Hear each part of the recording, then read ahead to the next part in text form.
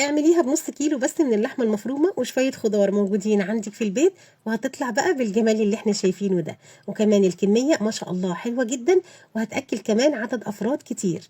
شايفين؟ بجد مش قادره اقول لكم طعمها كان حكايه. الكفته كانت مستويه، وكمان الخضار كان طري كده ومستوي، وطعمهم الاتنين بجد في منتهى الجمال. يلا بينا بقى نسمي الله ونصلي على الرسول عليه الصلاه والسلام، ونشوف عملنا الاكله الحلوه دي ازاي.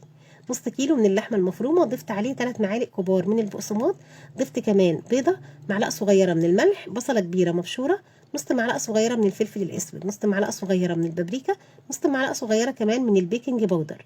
قلبتهم مع بعض كويس جدا كده، ولازم يتقلبوا مع بعض مش اقل من 5 دقايق. هنا حسيت ان هي محتاجه معلقه من البقسماط، فزودت لها كده معلقه كبيره من البقسماط، ورجعت قلبتها تاني كويس جدا. وبعد ما قلبتها سبتها كده ارتاحت 10 دقايق. بعد ال10 دقايق جبت بقى الطبق بتاعي اللي هبدأ كده أرص فيه الكفتة.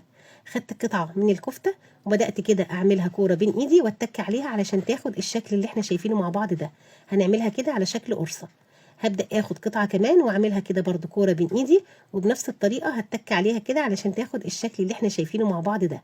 هنعمل كل الكمية بنفس الطريقة، وهتطلع قدامنا بقى بالجمال اللي احنا شايفينه. سبتها على جنب وجيت بقى للخضار. عندي بقى شرايح من البصل، شرايح من الطماطم، شرايح من الفلفل، وكمان البطاطس. هبدأ كده اخد قطعة من الكفتة واضيف عليها الطماطم والفلفل والبطاطس والبصل. هرصهم كده كلهم فوق بعض بالشكل اللي احنا شايفينه ده، وهتطلع بقى شكلها حلو جدا. بعد ما هنرصها كده كلها فوق بعضها، هنبدأ بقى كمان نرصها في الصينية.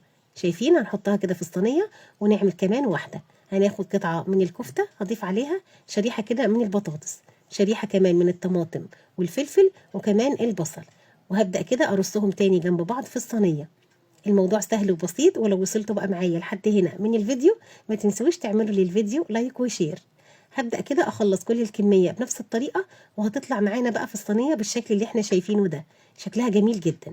جبت بقى معلقتين كبار من صلصة الطماطم، معلقة كبيرة من هريسة الفلفل الحلو، معلقة صغيرة من مرقة الدجاج، معلقة صغيرة من البابريكا، نص معلقة صغيرة من الفلفل الأسود، نص معلقة صغيرة كمان من الملح.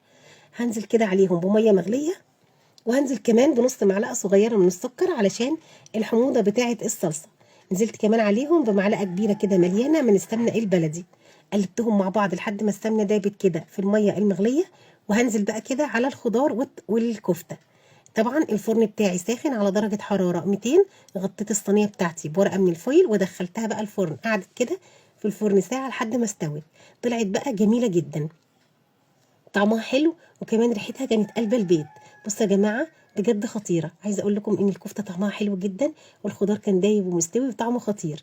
جربوها، وما تنسوش بقى تعملوا لي الفيديو لايك وشير لو الفيديو عجبكم.